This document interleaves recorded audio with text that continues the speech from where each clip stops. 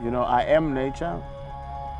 As humans, we always think of ourselves as, superior species that are outside of nature.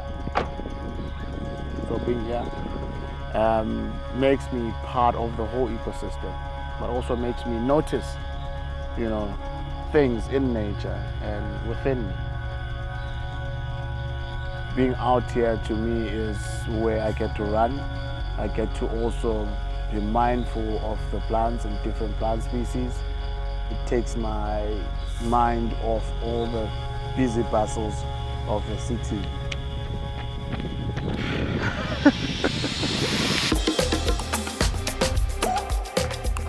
I'm a social runner. I run for fun, I run for fitness, I run for health mostly.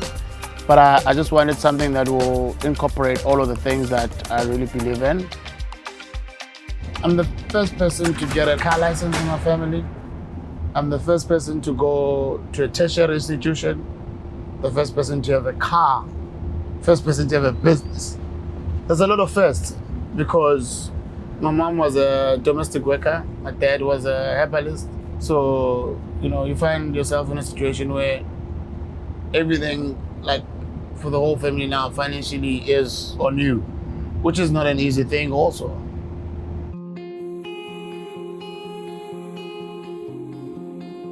And I was running trials on the mountain and I had put my backpack on the ground and an idea just came. I can't say it came from somewhere, but it just came. What if I could put one of my small trees in the nursery in that backpack to drive, the environmental message and also raise funds for our organization, Township Farmers, because at that time we're still using our family money basically. So we needed a funding mechanism, and that idea when it came just before I took a shower, I told Ondela, my wife, that this is something that we could do, and she thought I was crazy. He's very crazy. That's why he has me to calm the crazy. I think it came from a point of wanting something different and wanting to amplify our message and also just get everybody's attention and needing something that we can fundraise with and make a statement to the running fraternity. Fusing sport and the climate change mitigation needs is one of the pillars of what we do. 1, 2, 3! Running for the environment, that thing that I do for work.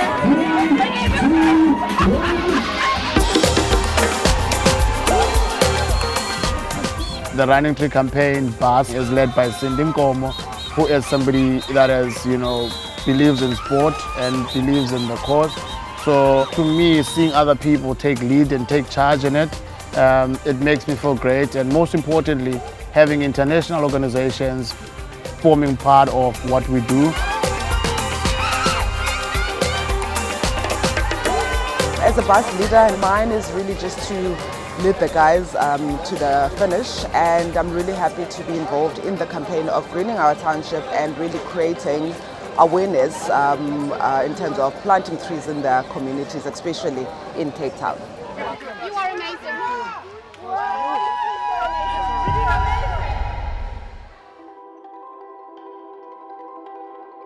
There's really not a lot of black township farmers. This is one of the most unequal cities in the world. And you can easily see it because the more rich people they are or affluent people they are, the more greener it is. And the down you go to the Cape Flats, the less green spaces you see. What we often hear about spaces as this is very negative. The narrative is around townships, informal settlements being filled with such negativity. It's poverty, it's sometimes even ignorance, crime, violence, and just negative things that come out. But the thing is, you need just that one to break the whole case. You see, and education is the key. Are you the one? In my family? Yes.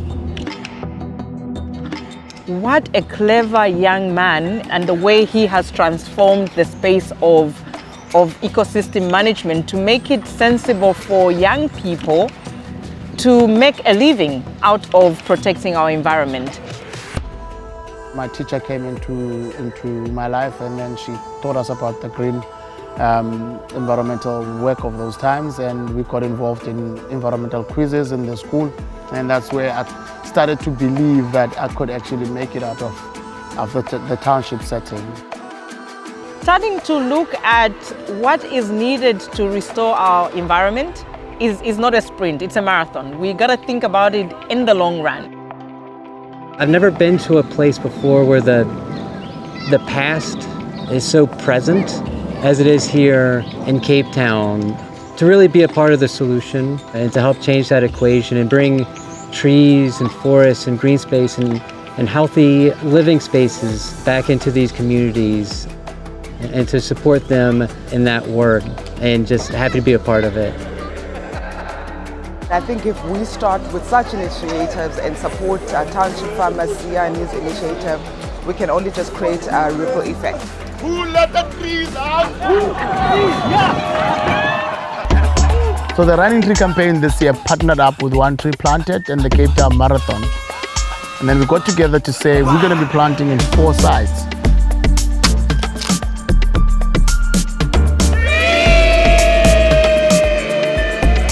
Started a conversation that was not there before, and we've started to actually physically plant trees with partners that we have on board in those communities.